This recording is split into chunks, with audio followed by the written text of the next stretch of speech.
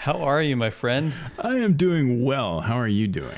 Oh, it's been a day, buddy. Has it been a day? It's been a day and then some. Yeah? I actually had to raise my voice today.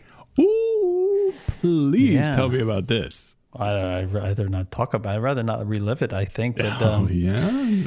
It's, I want to live it the first time. I don't want to be the subject of you raising your voice, but I do want to be a witness to it. No, well, yeah, I would never raise my voice to you unless you deserved it. Aw, well, one would hope.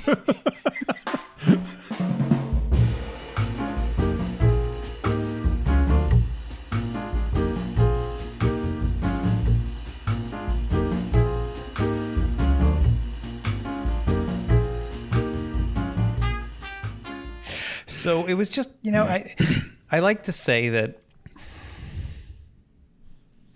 maybe twice a year, maybe 3 times at the most, I have in a work environment, I have I have what I call my Jesus in the temple moment.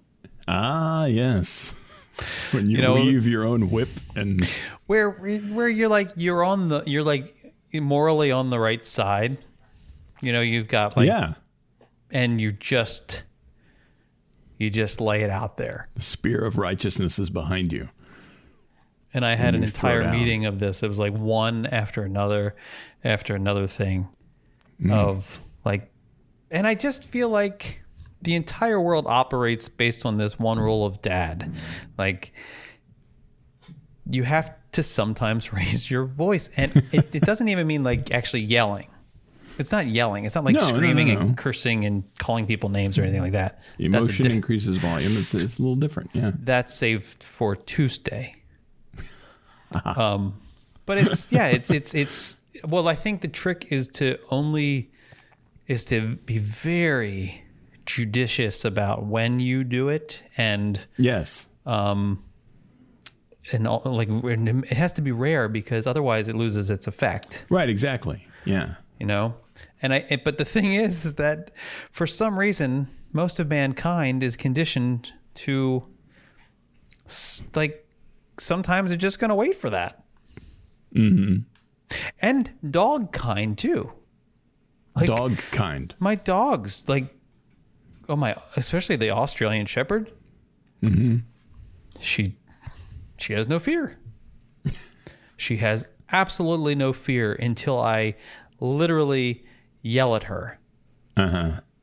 And then she goes and hides behind the chair. As if... And it's not like this doesn't happen that frequently. It's just like, she really has to be just being a complete spaz. And then I have to yell at her, and then everybody thinks I'm a bad person. Because I just yelled at this sweet dog who's she just wants to love. She just wants to love, but she's just being so obnoxious. She may actually be hurting you. She's like clawing or trying to get at you. Stabbing you with a knife. I'm sounding like a terrible... If this is the first time anyone has been introduced to us... Not fun, Jason? This Jason's kind of not a nice guy. Yeah. Well, I've been trying to tell him that, but... I once had a homeless person tell me I'm mean. Uh-oh. I still, to this day, it still stings. Oh, I bet. It would kill me too. What brought this on? Or can you say without it going into massive flashbacks and I don't have any serious therapy needs related to it. That's for other stories. But the year was, I think it was either 1999 or 2000. I was in San Francisco. I was in my first and only year of law school, and Michelle was dropping me off. It was very early in the morning, and that she would continue off to work, and I would go to school. Actually, I would usually go and study because it was so early. I was there before class, but I digress. We had some sort of heated argument, though, Michelle and me. Oh, okay, gotcha. And probably for the 15 minutes it took to drive there, and and so there's this guy at the window of the car where she drops me off. There's this guy, and it's right. If people who are familiar with San Francisco, I was at UC Hastings, which is in the Civic Center. Actually, it's in technically the Tenderloin, which is about as nice of an area as it sounds. But that also happens to be where the city and federal government are all located, right there at the Civic Center, which is also an encampment even 20 years ago was essentially a homeless encampment. And there's a guy like knocking at the window, and I'm in the passenger side, and I'm like, stop, like through the windows, just go. And now's not the time. Right. I'm trying to say my last thing that's probably not nice or probably not even well-founded. And he keeps like knocking. And so if I get out of the car and he's like asking for money, and I said, I just yelled at him and I said, no, like, what is wrong with you? Just leave me alone. Like, because I'm angry. Yeah. And he looks at me and he says, you're mean. And I'm like, I don't want to argue with him. Like, I'm not mean, but like all evidence to the contrary. Because I just yelled at a guy who has like, I will never ever be able to comprehend or I don't know, appreciate's not the word, but like really understand like how difficult this guy's life is or was. I don't know. But yeah, I was mean. But so it kind of it stings that like that I was being called out by a homeless guy, and you were in an emotional state. I think I was in a state. As much as I would also be like, that would be one of those things that, like at 3 a.m. when you wake up, and then for whatever reason, some utterly insignificant something from your past just haunts the hell out of you at that hour.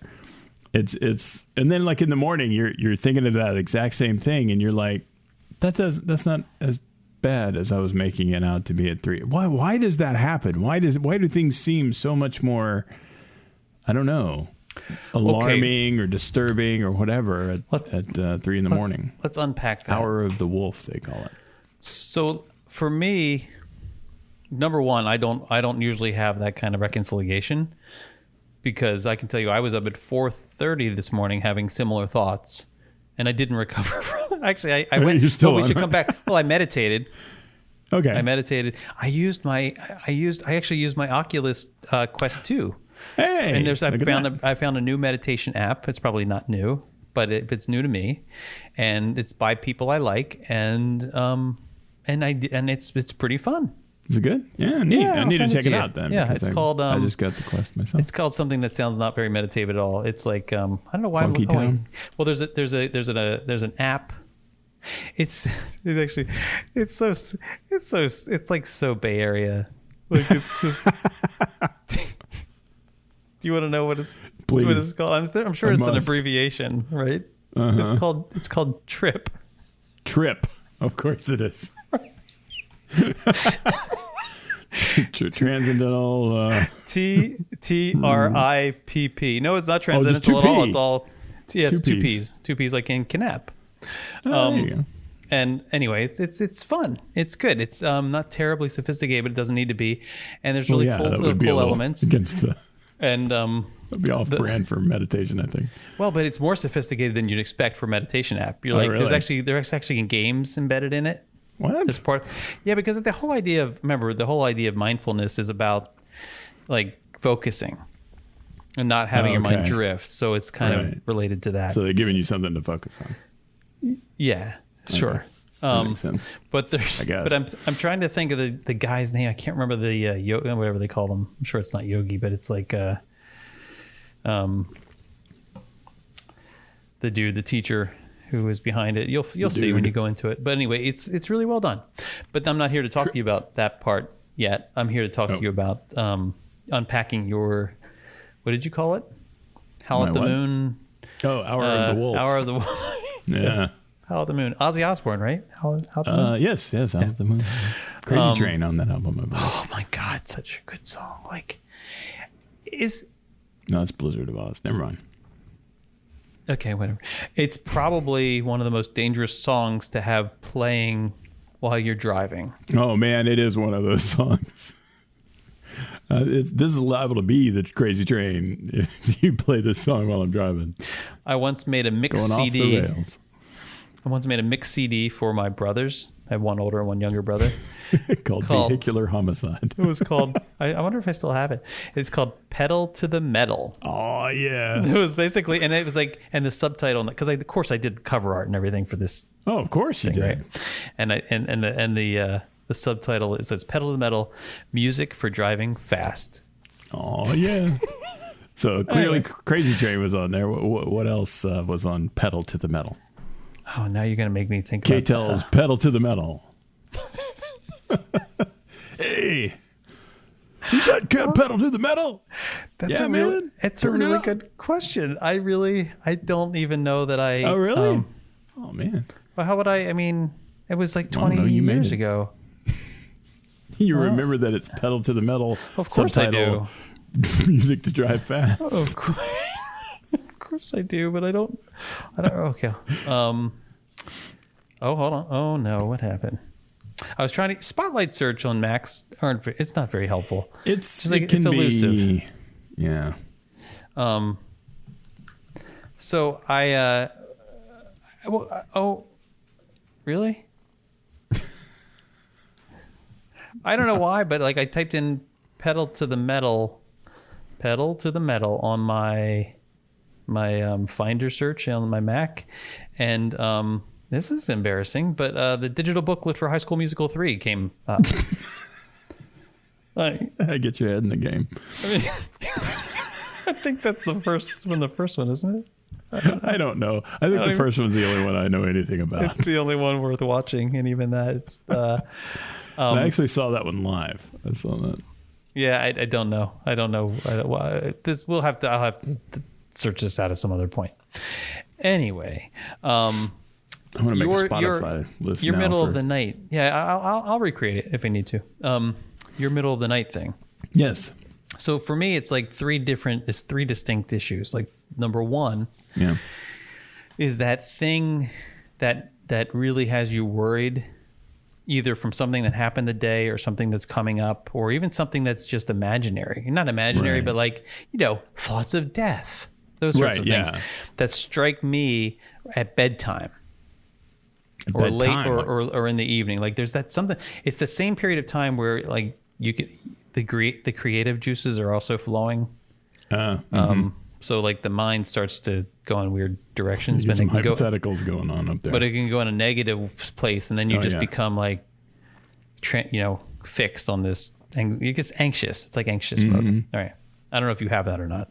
Oh, I do. I often think that I while I find the idea of like psychedelics and psilocybin and things like that fascinating, I also think, boy, that's handing a lot of control over to my subconscious that I don't know isn't going to suddenly make the ground turn into a Pac-Man and eat me or something. I don't know.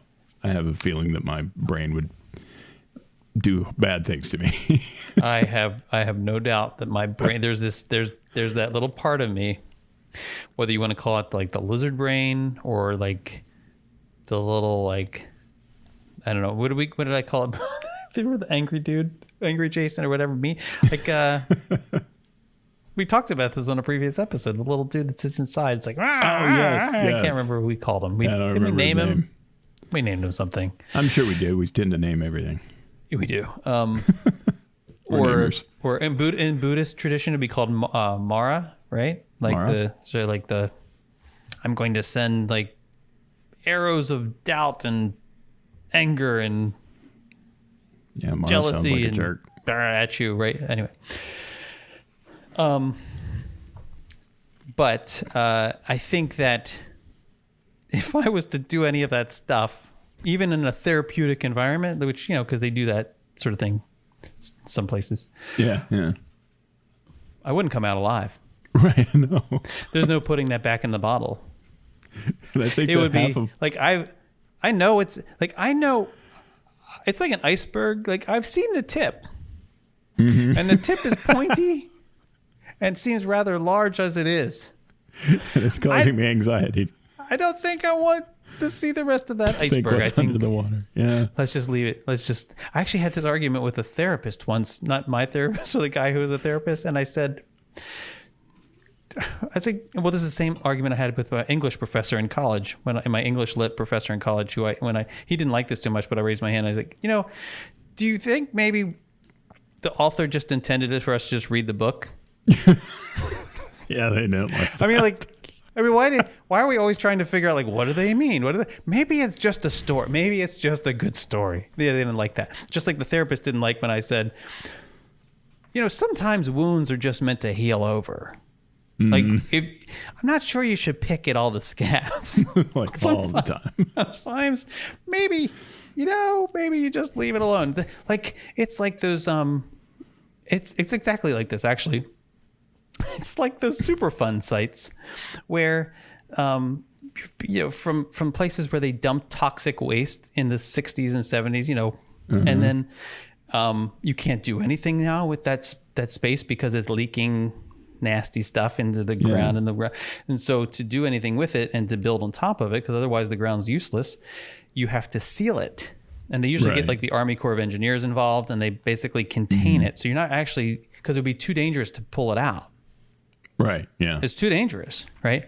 So you seal that stuff in there, and then you can do whatever you want around it. That's what I was trying to say to this guy. I was like, well, it's just like Superfund.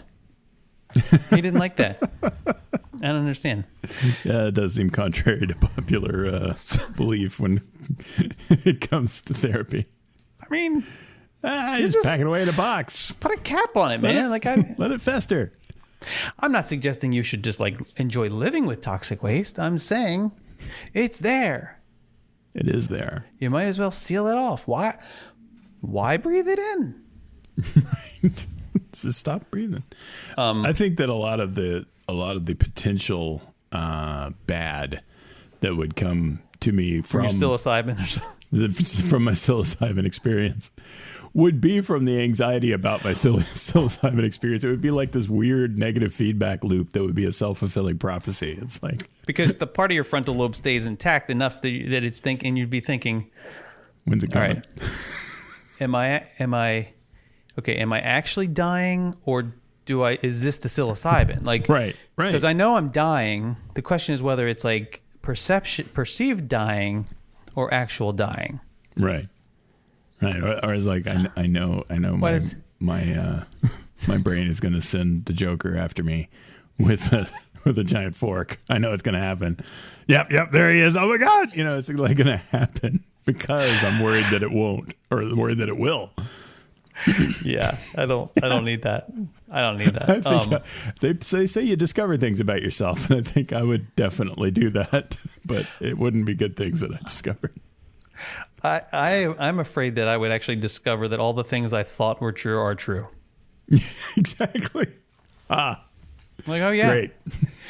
I mean, basically, I just confirmed that I'm mean. Right. Or that. Anyway, I did the 23andMe thing, and the thing. This is not an abrupt change of topic. This actually has something to do with this. I didn't think you did it right. And did it come with a pill? There's a blue pill or a red pill. But it basically told me that I was German, Scandinavian, and Scottish. And I was like, well, that's disappointing. It's like, well, my driver's license told me that much. For something else. I was hoping for, I don't know, anything. Mine changes. Have you checked it recently? Mine got less diverse. Mine changed in the wrong direction. You're like, I actually had 0.01% sub-Saharan African. And I was like, all right, cool. Really? Yeah. And then like I looked in like later and it was like, no, never mind. You're just a white guy. I'm like, oh, man. I was going to say, like, could you get more Aryan? Like, I don't think so. Apparently not. And it's possible that I actually got more Aryan over the course of about 8 weeks. Because that's what they said. So what did I use? I used is it Family Heritage or My Heritage, something like that. And then I also used Ancestry. Yeah, it has that one. I was wondering about Ancestry. It's fun, but every time I go in, it changes. Like it says it gets, because it's getting more data, so it gets more accurate, right? But then I wonder at that point. I'm like, look, if I was in a math class, and every 6 weeks the teacher said, okay. Remember when I said 2 + 2 was 4? It's actually 4.5. Right. And then I come back, it's like, it's actually 4.7. It's actually 4.759. Like, okay, you'd round all those up. But anyway, like I'd be like, you know what? Can't we just call it 5? Yeah. Can we just call it 5? Can't we just call it 5? But that's like my English teacher. So I'm I don't hoping know. for like 10% Mongolian or something. Just, me? No, me. Or you. I mean, hell. That would be fun. Some Mongolians in here. Okay, let's look. Let's see. So I am, if I go look back, mine up too. what do? I go to DNA Story or something like that. Oh, there's an Ancestry DNA app. Do I even have that? I do have that. Of course I do. I have so many apps that sometimes when we get to stage 3 of the sleep thing or stage 2 of the sleep thing, that's usually when I pull out and I start going through my apps. Well, what apps should I clean out? Yeah. I get into like clean out the closet mode, but 2020 version of that. So I start cleaning my apps from my phone. When I don't have internet on an airplane, I clean the desktop on my computer. I don't mean like wipe it. Right. I mean like clean up all the tiles off of it. And then I'm like ridiculous when it comes to my desktop. I want nothing on there. Why? I don't know. Because it's a lot of space, but I want nothing. Oh no, it's cathartic to it really is to clear it out. But mine's a nightmare. Right now, it's a nightmare. Plus, I also have 1,600 tabs open across 6 browsers right now. But that's a different story.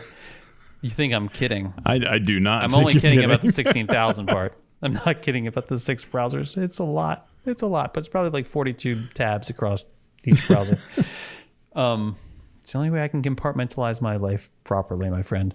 So, according to Ancestry, this week I am. Let's see. My DNA story. Oh, even page 2, just page 2 of the DNA story says, your DNA doesn't change, but our science does. Wait, that's not science, guys. Come on, that's the epitome of science.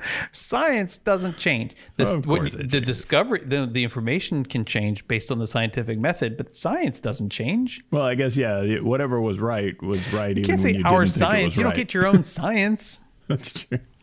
It's not his science and her science and his science and your science. Bad science. There's opinions. You can have an opinion. Yeah, you can even have a religion. But you can't have your own science. It just doesn't work. Just doesn't work like that. Okay. So they did a big update apparently recently. This is great. This is exciting. It's like on live. Not really. We're going to find out what the updated. You're mutating into a Frenchman. I believe it or not, I am 48%, or at least my DNA comes from 48% England and Northwestern Europe. Who would have thunk? No, not me. Actually, that floors me because it's only 48%. Yeah. Okay. Well, I got 32%. This is interesting. This is colorful.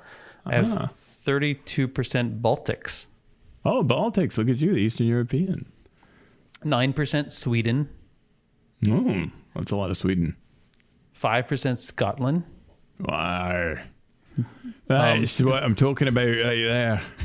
3% Eastern Europe and Russia. I do want to protest that. I mean, I'll go for Eastern Europe. The Russia part, do we have to go there? Couldn't we just call it Eastern Europe? Well, Russia is kind of a silly thing because it's that very can recent. Really it's a political distinction. Encompass so much. Well, Russia is it's a political enormous. distinction at this point. It's well, that really. too. Yeah. We want to kind of get away from that. It's almost like Soviet Union is now better than Russia, and when it used to be the other way around. Do you remember when we actually knew we were fighting?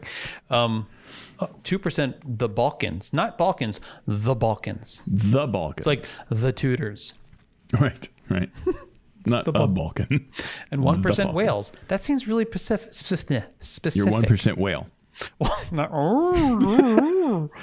like that. I'm not narwhal. like Dory. That's all I got. I don't know what narwhals sound like. I don't have a little thing. Narwhals speak. I don't know. What did he sound like in Rudolph? I forget. Hey, Rudolph. Where are you going? Narwhal. Look at my horn.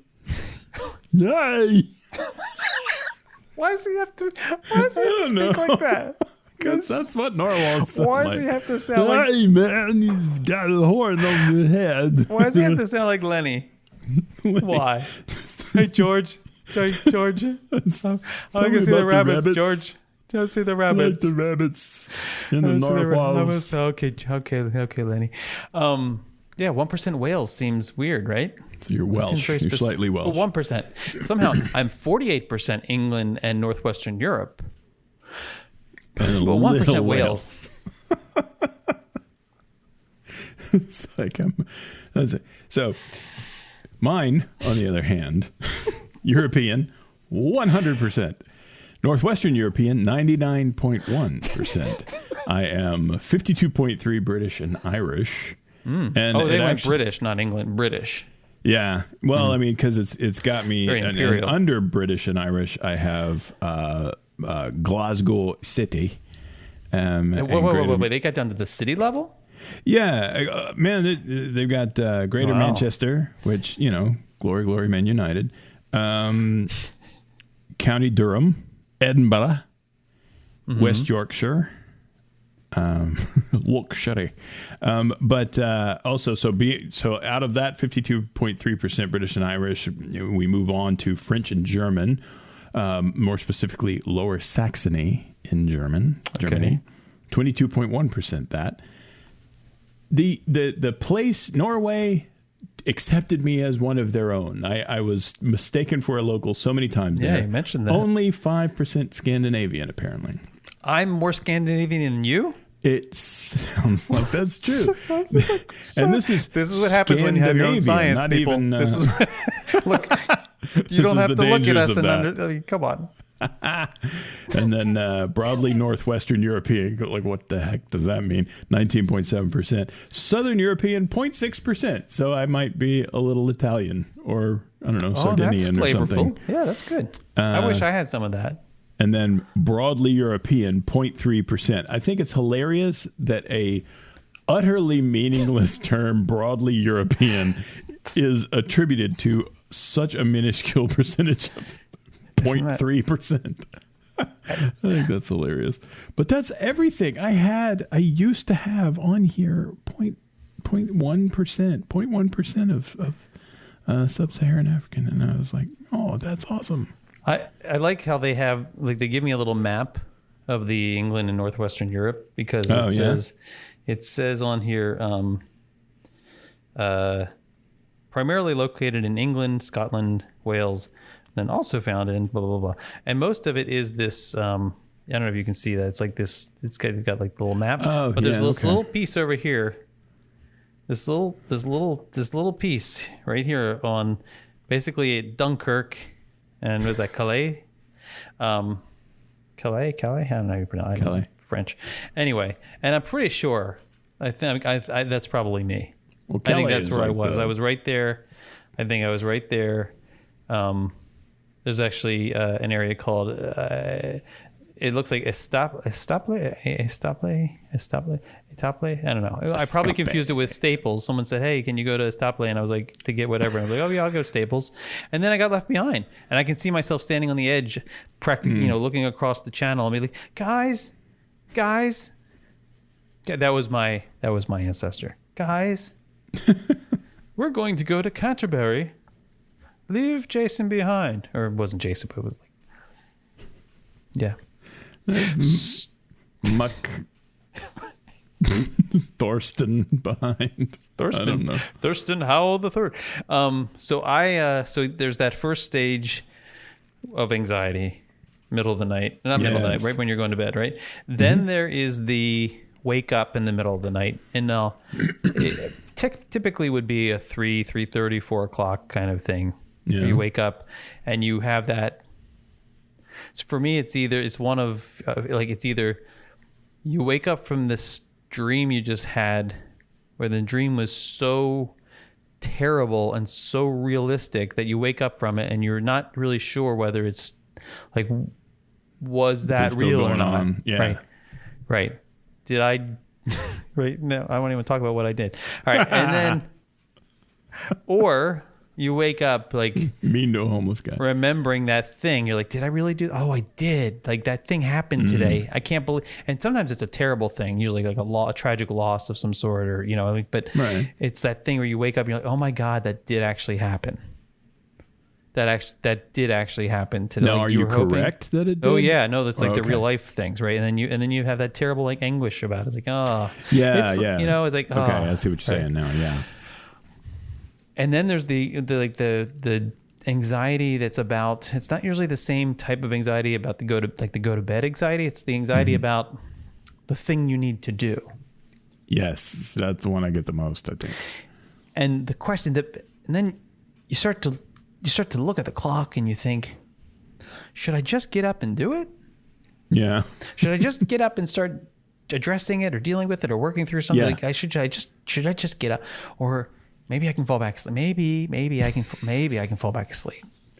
That's what happened to me this morning. It's that, should I just, and then I just ended up hedging and I'm awake in bed cleaning apps off my phone for an hour and a half. Right. That's the worst part of it, is that like I can either get up, do something, read, whatever, and then go back to sleep, or I can lay here and anxietize myself so badly about how I so need to be asleep right now that I never get back to sleep. I'm like, it's like when you wake up in the middle of the night and you got to go pee, and something in you says, nah, I'll just go back to sleep. I don't have to worry about that. I'm not going to get up. Never the right decision. Never, ever. Nope. But your logic at that hour of the night or something is just severely impaired. You think? I'll just push through it. No problem. Nope. That ain't going to happen. Well, no, because eventually you have to, like, nature calls. Well, of course, yeah. The third piece, is that the third piece? The first piece was anxiety. Yeah, right, then you have the wake up anxiety, right? Yeah. The Stage 3. What the hell was the third thing? Part third 3. thing. I know there was a 3. I know there was a third. Forgetfulness? That may be it. that may be it. I know I had something. It'll come back. It'll come back. Talk amongst yourselves. Okay. So the other day I don't know what I'm going to say. But, what was the story you were going to tell on Friday? Yes. That's when we were at the Dahlia Lounge. Oh God, was that not good? Such a lovely place. I ate. When I went in and looked at the menu and I was like, okay, these are interesting sort of tapas or small plates. We do things a little differently here. I was like, all right, this sounds nice, but I wonder if I'm going to need a meal after this. Because it seemed like maybe the proportions were going to be too small or whatever. And then they brought them out and I absolutely destroyed myself. I was like, there's still food on the table. Yeah. I don't think I should just leave it because I ate so much cheese. There was between the artisanal cheese plate and please don't call it artisanal cheese. It's artisanal cheese. Charcuterie board. Artisanal. Say it with me. Artisanal. I like my pronunciation. You cannot say artisanal because it sounds artistic but not appropriate.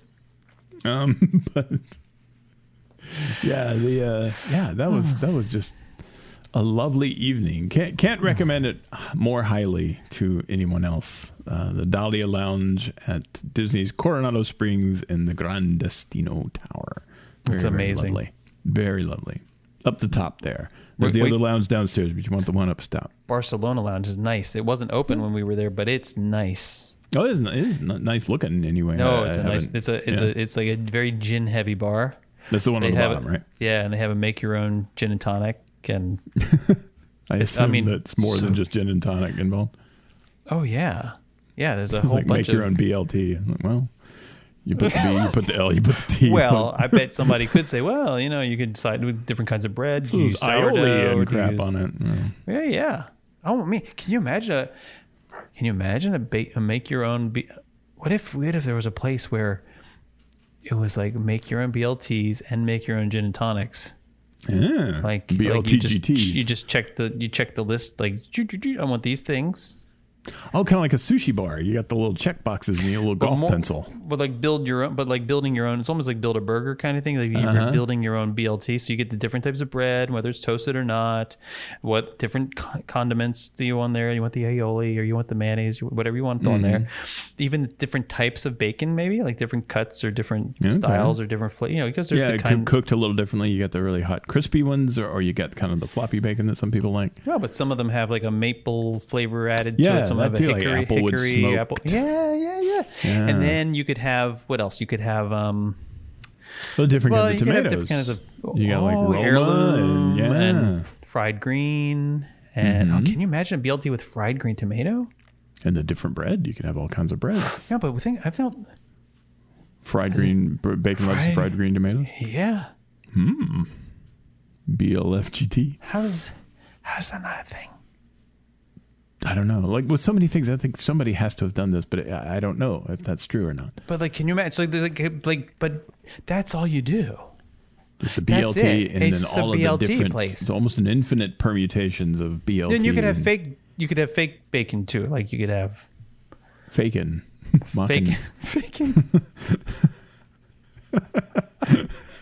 Fought long and hard about that one, didn't we? Yeah, well, it's made of a space age polymer. Brought to you by the same people who brought you the cup phone. Flex Steel. Okay, my Tower of Terror chair just acted up. Okay, so welcome back for those of you who made it.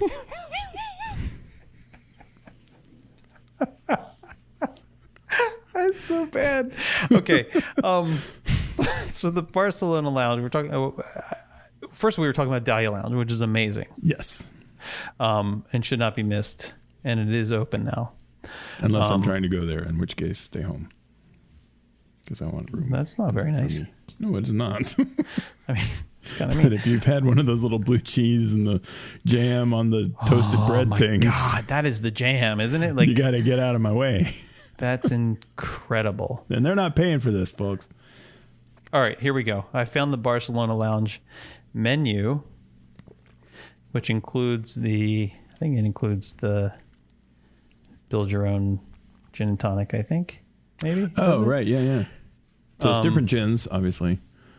Bombay Sapphire, I think, is the only gin I'm aware of. And only because it's blue, or at least the bottle is. Well, they have. I don't even know if the stuff is blue. I know the bottle's blue. They don't have all the things on here. They have the Grand Gin Tonic, which is like Tanqueray gin, house-made. Oh, house-made saffron orange tonic, though. House-made saffron orange tonic. Mm-hmm. Soda water. Soda water, yeah. Okay. That actually sounds pretty delicious. I'm not gonna lie. But that's the Grand Tonic. What they don't seem to have on here is the Big Mac of gin and tonics. They don't seem to have on here the various gins. Anyway, you have to trust me on it, and when it opens, I will take you there. But you were going to tell me tell a story on Friday, and I said, "Well, wait, save it." I don't remember what it was. Do you remember? Oh, I told you to write it down. What was I going to write it down on? A piece of cheese. I kept a piece of cheese. Well, no, I ate it. Sorry. It was artisanal and I ate the cheese and I didn't write on it. There's nothing Marcus likes more than artisanal cheese. It's true. It's some good ass cheese. It's terrible. This cheese, it's good ass. Don't you hate that when you're like, look, hey, remind me, I got to tell you this thing. I had Siri on my wrist and everything, and I did not say, hey, you remind me about this. I should have done I remembered the third thing. Oh, well, hey, at least we got somewhere. You know why? This is why I forgot, because it's not really a problem. It's more of a not quite a resolution, but a revelation. Yeah. It's kind of it's like what it's kind of the counterpoint or counterweight to the initial anxiety, like going to bed thing. Oh, okay. So Yeah. it's when you wake up in the morning and you remember, it's like the first thing you think about is that thing. Yeah. But then you realize you're like, it's not as bad as Right. like why? That's what, If it's a because you problem, mentioned there's that. this obvious It's not solution. that- it's actually not that or if bad. it's Like, I don't know. Yeah, Why am I- an issue, then it doesn't matter as much as you thought it did. Yeah. It's rather There's humbling. It's still a problem. It's like, why it's still can't a I thing, but- remember this kind of stuff at 3 a.m? But apparently not a thing. So there we go. So we came full circle on that. That's good. I'm glad we good night, closed people. that out. That Not everybody. was, we should just finish while we have a closed loop. We close the Shortest loop. episode ever. Well, we quit while we're ahead. That'll be the episode title. Don't stir the pot. Don't jostle it. Don't unsettle the table. Come on. Oh man. But yeah, I knew that when we were talking about that at dinner the other night, I knew we were talking about, oh no, save it for the show. I knew, I knew for sure that I knew that I would be interjecting bizarre things that don't make sense in context. And I also knew that I would be forgetting the heck out of that. And I totally did. I don't think I remembered it 10 minutes later. No. Because the food was so good. It was so good. It wipes your memory. That's how good it is. So I don't know why. Am I beating a dead horse if I talk about my walk? Your walk. Oh, did you have a walk and Well, I've mentioned before. I shouldn't bring this up in the same episode where I was mean Jason in the beginning. we are presenting her rather unsatisfactory first impression to anybody for whom this is their first episode. Okay, well, actually, let me give you a different story then. So I meditated this morning, right? And it's been a while. Yes. I think Nice I mentioned guys that in a meditate. previous episode that I forgot to. No, mean guys meditate too, apparently. No, dude, I'm trying to be your sorry. advocate here. You too can. And so I did meditate this morning, and then some point after I went on my walk. I'm listening to the Bob Iger autobiography. Oh, cool. My walk right now. Anyway, so I get back and Michelle says to me that she says she's going to go vote. Seems fine, right? Yeah, civic duty. Except at this point, it's mid-morning. I'm going to go get a shower and get ready for the lunch break. And her parents are coming into town tomorrow. Uh-huh. And nothing's ready. I mean, like, nothing's ready. The guest room's not ready. The bathrooms, the guest bathroom needs to be cleaned. It's not all the things she said. I got it. I'll take care. I got it. You know, can I help you with it? No, I got it. She's grocery shopping. She's got to buy her dad beer. Like, all this stuff that has to happen. Right. Can't hear that dad beer. T minus, 24 hours. And so I said to her, well, the early voting is going to go on for another couple of weeks. Right. This is right now the best time to do that. Okay, so I say these and I see her stop, and she's like, she's probably thinking, well, no, you're right, but I walk away and I go and I think and I stop in my tracks, and this is where meditation is helpful. Yeah. Because my brain, it stopped and said, what are you doing? What are you doing? So I go back out there. You got to put a yuck on a yum. I go back out there and I say, forget everything I just said. be safe. I said, just be safe when you just go to bed. And she's like, no, you're right. I was like, whatever. But like, do whatever you want to do. Like, do your thing. Yeah. Whatever you need to do. Yeah. So that's the power of meditation. Okay. And it comes in handy when I tell you this. I mean, it should come in handy when I tell you this next story, which is. Okay. Now I'm worried. So this happens. There's this house I walk past on my walk. It doesn't help that it traditionally occurs. Not traditionally, almost always occurs about 3 minutes after I pass that dude who walks on the wrong side. He still walks on the wrong side. So that guy hasn't learned yet. And now he's wearing a mask again. And he gives me this scowl now when he walks past me because I'm not wearing a mask. Because most people, especially in Florida, when you're walking, like you're exercising and you're not in a crowded environment, it's not like I'm at a park walking. Right, it's like neighborhood walk, right? And I actually, because we've talked about it, I'll cross the street to avoid people too, right? Yeah. But he gives me this look like, but here's the thing, he's not really wearing it most of the time. He just puts it up as he passes me. And I'm like, dude, I'm walking through all your exhalation. Right. And you are mine as well. Like, who are we kidding? Right. You're already on the wrong side. Anyway, so I pass him and I get down, it's like another block or two down. And there's this property where this poor guy, like, and I don't know. I feel like we've talked about, maybe we haven't. Like who's the Moby Dick's what's the captain's name? Ahab, right? Yeah. It's like this guy's Ahab. And this one patch of lawn off like the front side of his property is his Moby Dick. Oh. Like for 2 years I have watched this guy trying to grow grass there. Like he comes, and the best is when I pass him and he's like always out there doing something with this patch, and it's like different things. Sometimes he's seeding it, sometimes he's laying hay down, sometimes he's like watering, sometimes the best is when he's out there just kind of like this, like holding like the thinker, kind of like trying the thinker to look, crack like, the code, just staring at it one day. And I look over at him, and it's almost like, and I know he knows. Like I've walked past you 600 times, and you're doing the same. Like you're always looking at this, and it's almost like he just can't acknowledge that. Like it's the first time each time. He like looks almost surprised to see me, and I just every time I want to say to him, "Have you ever thought of just like sodding it, like resodding it, dude? Like can you just, I mean." Just like for Christmas one year, you ought to have somebody go out there and sod it. Like, don't tell him. Oh, just do it for him. He'll walk out and there's this like thick St. Augustine kind of grass.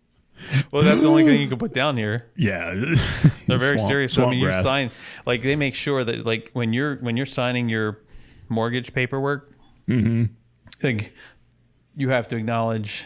You know, the debt that you're taking on. You have to acknowledge, you know, the requirements related to the, you know, that there's these laws in place and this HOA and that sort of thing. And then in big bold letters, it's you may only plant St. Augustine grass. Yeah. I think there's one other type that no one actually does plant for whatever reason. Some kind of poison spikes or something. Yeah, something. But And the plus is that I like St. Augustine grass. I like that it's nice and thick, and yeah, I like it. So it works out. Not everywhere.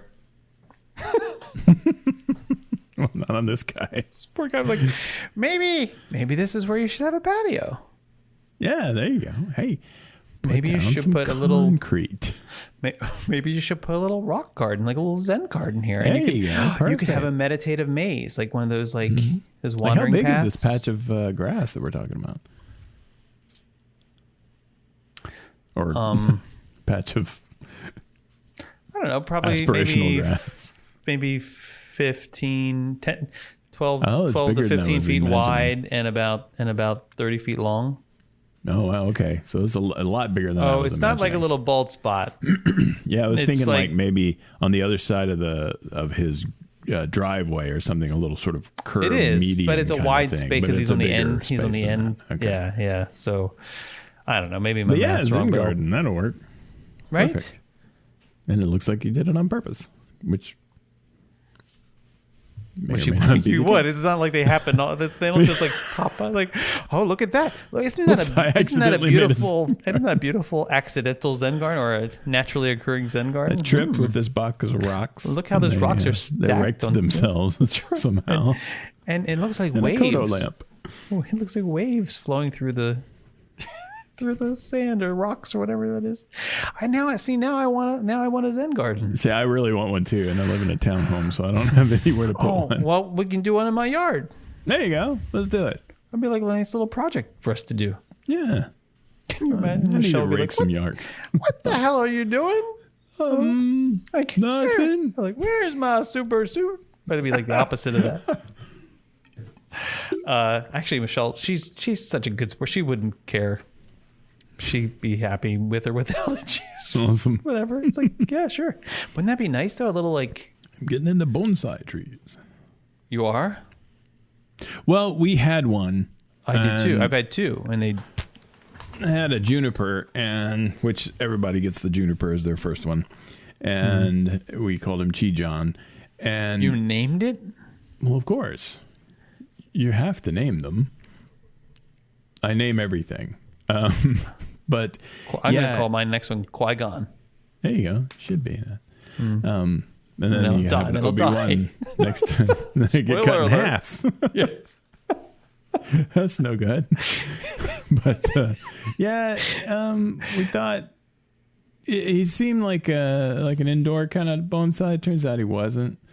And then by the time we gave him the outdoors, he was like, "No, I'm too far gone." See, that's the thing. So that's what mine was like. Sorry, I stepped on your story. What did you? No worries. I mean, if that's what happens to him, see, I want to get a good a bonsai tree that's nice and resilient, and can withstand.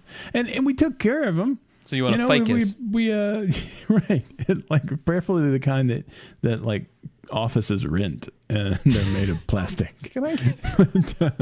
But yeah, I mean, there's so many really cool. Why would they rent a plastic bonsai tree? I don't know. Offices. Why would you just buy one? Stuff. Why would you rent? I've always heard about rented trees, and I got it. No, I got it. You know how we'll be different. You know how there's places rent out trees to companies. We're gonna rent out trees, but ours will be plastic. Brilliant. And let me tell you about the cup phone. It's a cup? It's a phone? No. Neither of those things. But that's the twist, you see. We take it and we turn it. But yeah. They got these cool ones. They're like actual. I mean, you look at the juniper and it's like, I don't know that I've seen a lot of full size junipers, so I don't know that it's not all that odd to see. That's the sort of Mr. Miyagi bonsai tree that you kind of think of when you think of bonsais. Yeah. But they've got like little tiny like Japanese maples where the leaves turn red in the winter, and that's awesome. That is so cool. You get a little rake. You get a little rake. You get a tiny rake. And you get a little blower, a little bitty blower. Like some little trash bags that you put on the curb. That's awesome. And you buy like a hamster so he can run and jump in the leaf pile because it's little. Well, you can't let a dog do it because see, it was all serious until you got to the hamster. Now that's what they always say, right? Everything was fine until the hamster came out. Now you gotta have a hamster. Now you have a hamster for that one time, that one moment in the year. Hamsters are kind of like penguins. They're like an animal that's always funny. Like it doesn't matter what's going on. That thing is funny no matter what. I had a similar experience with my bonsai recently that I bought. I was so happy. I have pictures of it if you'd like to see it one day. I have Is it no longer around? I adopted it from that's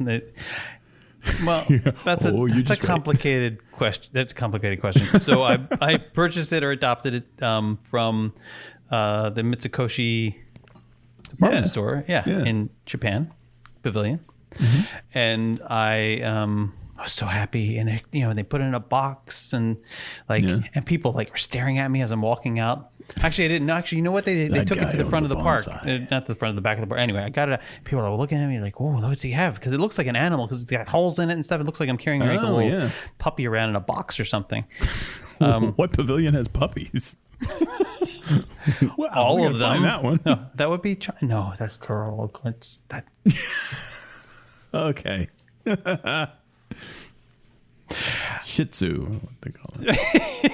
So anyway, I'm walking. I get home and I open it up and I don't know. It feels like it feels like it feels moist. Like they've watered it, so I don't have to water it or anything.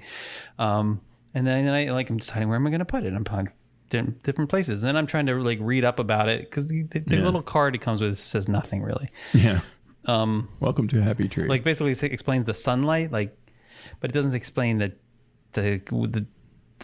temperature or anything. Right. So I have it, and then as I'm reading more about these, I'm trying to figure out what kind do I have? Because there's even different kinds of junipers. Mm-hmm. I'm like, well, great. They kind of all look the same. And that's racist. And I'm trying to figure out which juniper I have. And so I keep going back to that. So I'm sorry, I'm trying to park it because I'm going to use that at some point. This is so good. All right. So I then figure out that it needs to be outside. And I can't remember whether I figured it out after I saw some of the ends, the needles browning maybe or something. Anyway, so I took it out, I put it outside. Mm-hmm. And then I was even doing things like putting it in because it says it like not full sun all the time, but full sun, but then not always full sun. I'm like, okay, well, great. So now I would put it out in the sun and I'd move it in. I mean, I'm taking care of this baby, right? I haven't named it, but I'm taking care of it. And it's not looking good. It looks worse and worse each. And so then I figure out, okay, they kept that thing alive in a store. I don't know. Don't insult me more than I need. This already hurts. It already hurts. It's me too. I mean, these things are hard. I have a couple theories, but they I have this, and I can't remember the order at this point, but I start theorizing well, maybe I need to water it because maybe it's dying because it looks dry. It looks like it's drying out or something. Yeah. So I gave it some water, and that doesn't seem to help. So then I read more, and every time I read more, it's like when you have something happening, some pain or some weird thing, and some bump, and you're like, I don't know. You start looking it up, the deeper you dig, the more anxious you get because it could be this, and it could be this, and it could be this, and then I find out that the symptoms in a juniper, the symptoms of overwatering and underwatering are the same. I know. What planet does nature create something where I know. Okay, so then I buy a hydrometer and fertilizer stuff because I'm really deep into it. The right mixture. There's a place Jason, where you can go. It's all they sell this stuff for bonsais, and so I bought stuff for the bonsai. I bought the fertilizer that you mix. I mixed it. I got a special jug and everything. Get the ratio right and everything. Yeah. I got a mister to mist it on because it said to everything seemed perfect. The soil, the whatever, it kept dying. It kept browning, and I'm like, I don't understand. It just wants to die. Yeah. So depressed juniper. So then one day, that was the breed. It's a weeping juniper. One day, I put it out on the table, out on the lanai, out into the sun, because remember I'm doing my rotation thing, and I would even turn it. But one day it's facing this way, and one day it's facing the other way, and I would. I forgot to bring it in. I think we went to Disney or went somewhere. And it rained heavy. Yeah. I mean, it rained. It's Florida, Florida rain. 3:30 squall. So I get back and I bring it in, and I'm there's no coming back from this. I know and It wasn't like a fast demise. It's not like it went faster than it was already going, but it did just finally just go. I still have it. Yeah, just in case. It's in the garage now. Yeah. Well, because I want to you save this. It's a really nice ceramic, Yeah, I think maybe you get another bonsai to put in there. But then I feel like bad. Is it wrong to like reuse that same pot for another bonsai? Like, I mean, right? Does the new bonsai does this pot make you think of the old bonsai? Well, it's probably going to come in its own pot, first of all. But I mean, I feel like isn't it weird? Like, I feel like when I had this Is it disrespecting the memory of the original bonsai? I had this mouse named Troufaz.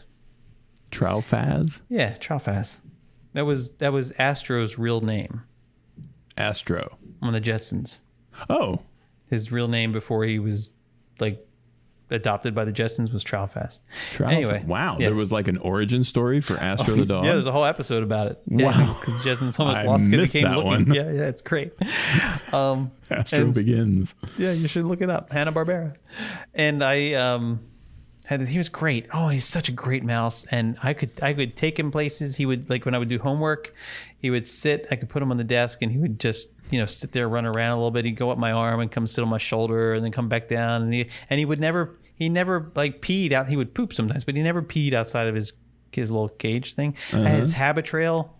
Yeah. And, cool. And it was an elaborate, I would save my allowance up and buy extra apartments and things for him, and it's got the wheel and everything, and he would nest up in the top of the wheel section, like that top part was the little hole up there. Anyway, and then one day when I had a Christmas, like a holiday chorus thing, holiday show, whatever, for school, and my grandparents were in town, and it was like holidays and stuff. I get back from that where the whole family was out of this thing, and we get back and the habit trail lid is off. Ooh.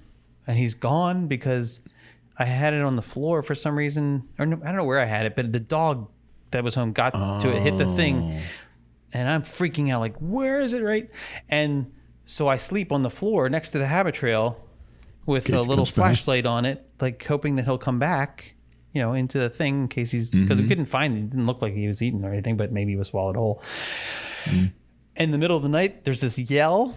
Like the yipe, and it's my father who's on the couch in the living room because my grandparents have my parents' bedroom, and the mouse is on the floor in the living room, and apparently it had like crawled up on my father's like face or something in the middle of the night. Anyway, this great mouse, Troufaz, great mouse, right?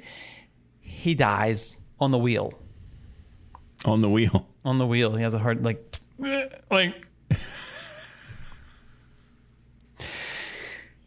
guy.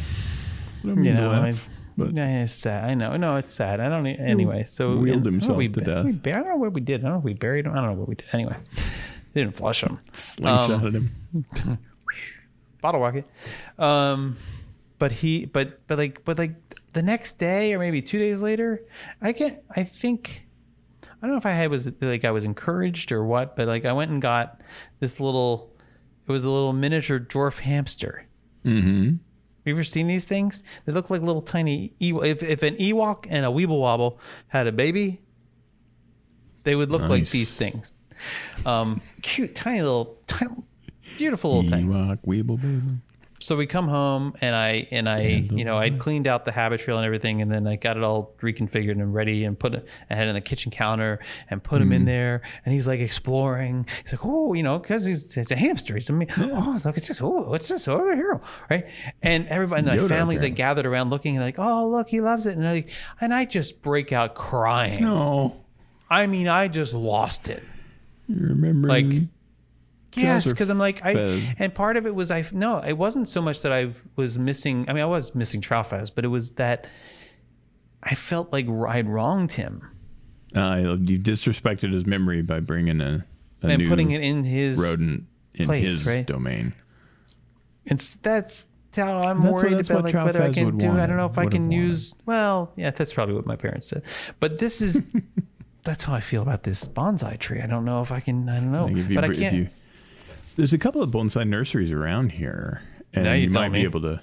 You might be able to take the well.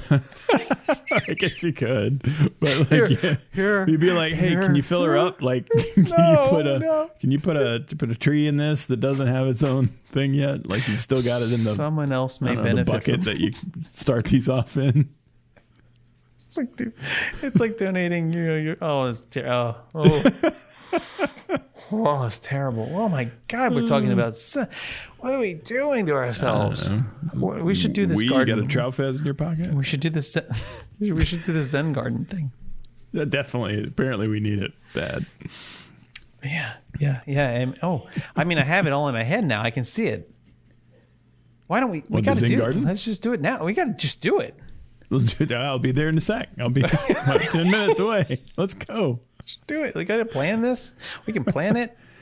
You got to put a tree. I got to put like this area where I'm thinking we would put it. I want to put a French drain. I want to put a French drain in anyway, because it gets kind of, this one part of the yard doesn't drain well because it's Florida. And so the water's got to go somewhere else. But I'm thinking like part of that could be, I mean, why if we're going to dig stuff up, might as well do something creative after. Yeah.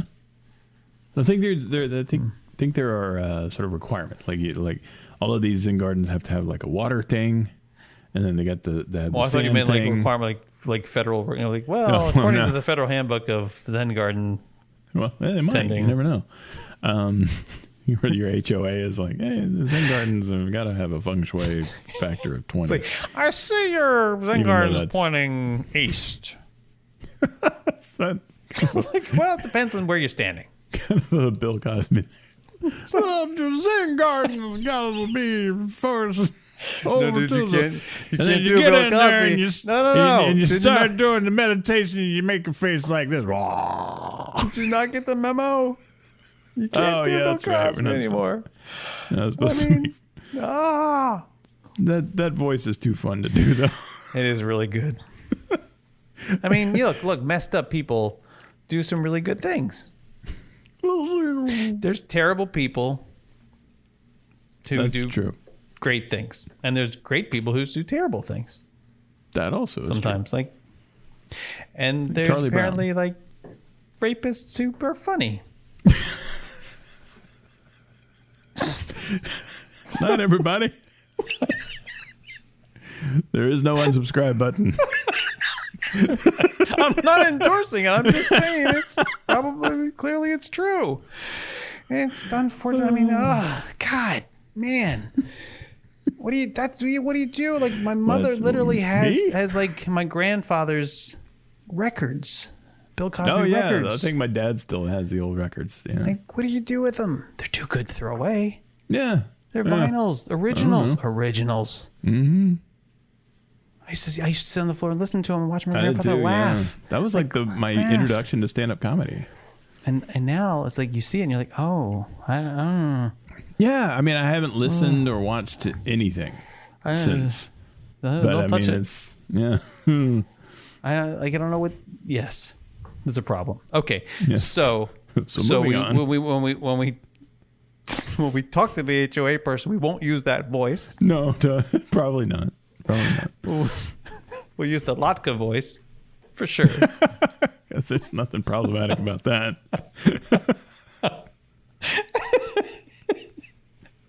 Thank you very much. And then, what do you think? It has to have a water. Well, we'll do the research, right? Yeah, water I think feature, there's water feature, like has fire. To be there. Has to have one of those Kodo lantern things, the sort of like concrete looking things. They got four legs. Can we just recreate the thing? Can we just recreate the one in the Japan pavilion? Probably. Or do something similar to that. We could probably. Yeah. I'm sure I have video of it. You'd be nailing it. You do have a video. You have a really cool VR video of it. We'll just go. In fact, why don't we just put a big screen in the backyard? There you go. Scroll this thing. What, shovel? No. Here's your projector. It's just a Quest sitting on a stump. And when it's time to go hang out in the garden, put on the Quest and hit the button. Congratulations, you are now in a Zen garden. Welcome to ZenGarden.com. You laugh. Oh, but that's brilliant. We should do that too. ZenGarden.com. There's no way that's not taken. Sitting on a rock. It's a very tranquil box in a vacant lot. So I've never built one of those before, but I think we could do it because I don't think things have to grow. Yeah, I mean, unless you put some bonsais in, right? But then, like you said, there's a bonsai nursery, so maybe they'll let us rent them. Or they'll give us could be, or they'll give us the sort of key that apparently bonsai people know that I do not. That is, that if you don't do this, the bonsai, it's basically a countdown timer when you get home. Well, you got 20 days, buddy. And this sucker is turning into firewood.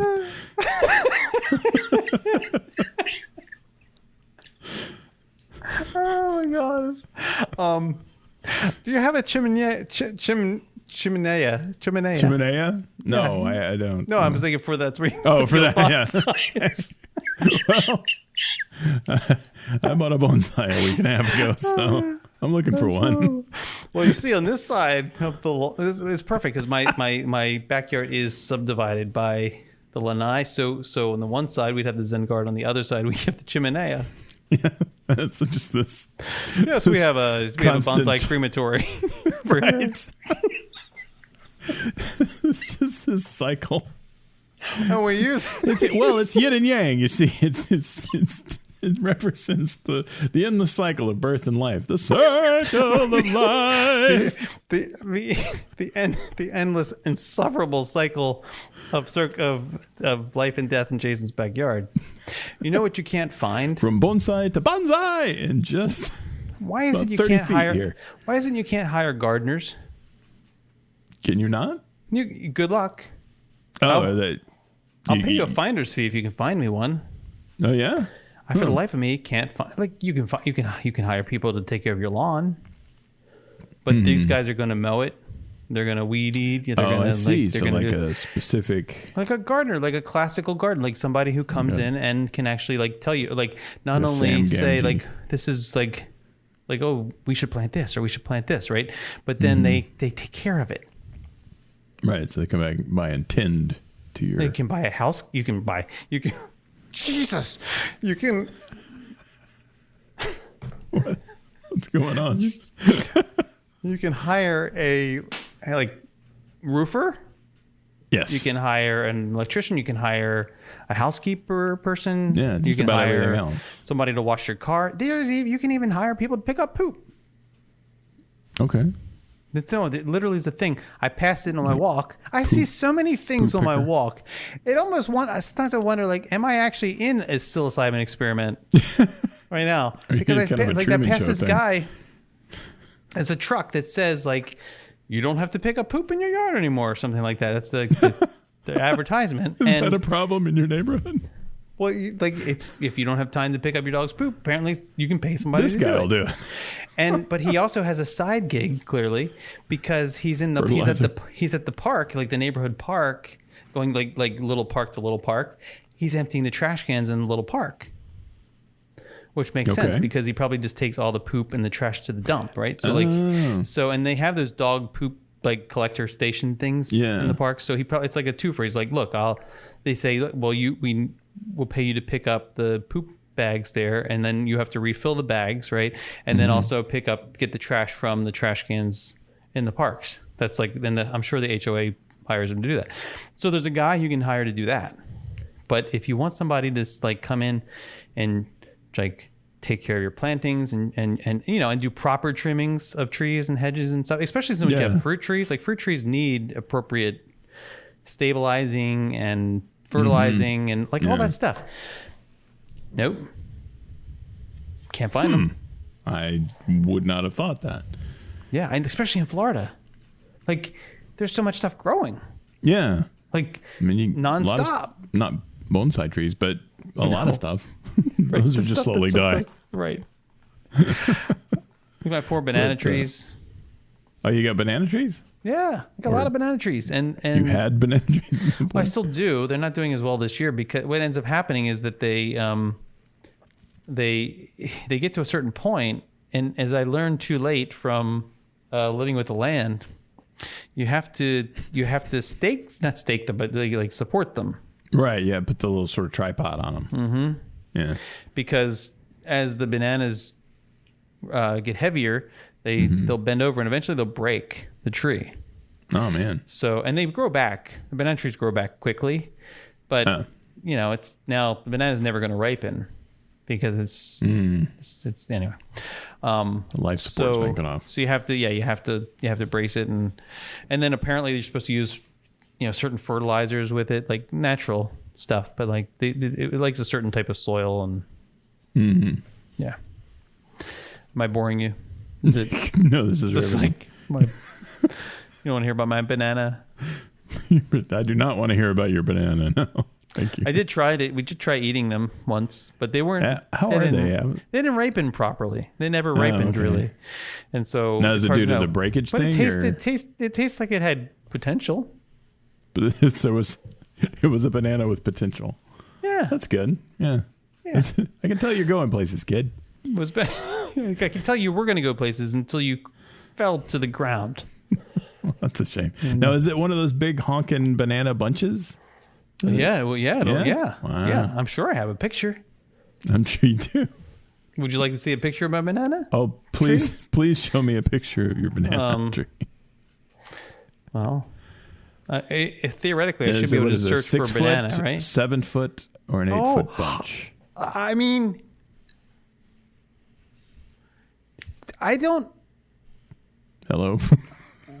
Okay, yesterday I lost my mind because I went to my mom's to watch the football game with the family because the Ravens are playing anyway, and you can't get it here properly. Oh yeah. So I brought my little Chromecast thing to plug in, and then I could stream it from this other thing. It's it's all this convoluted solution. I would just like to pay to get it, but I can't. Sure. Literally can't buy it unless you have a satellite. So I went through all this and it worked. When I did this in Washington State and then also at some other point, it worked fine. So I retrace all my steps, do all that stuff here, and looks like Apple and Google are in a feud again because I could not cast my phone to the Chromecast thing anyway. And she has a Fire TV, so of course that's another thing. That ain't talking to Apple for sure. Talking to none. So I can't do that. I can't do that basic thing. Mm-hmm. But in search on my phone, I can type in BANA and get a picture of my banana bunch. Of your banana bunch. Yeah, well, yeah, because it searched my phone. Your photos. And I kid you not.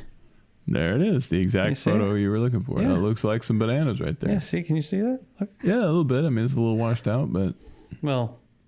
I mean, it's going through a lot of different changes of form, so it's cool. I mean... But yeah, I see some bananas. Yeah, I'm sure I had I should have put, I should have put I should have put something next to it for scale. Like another banana. I feel like that would have been better, but yeah, I didn't do that. Like a shoe or something. I don't know.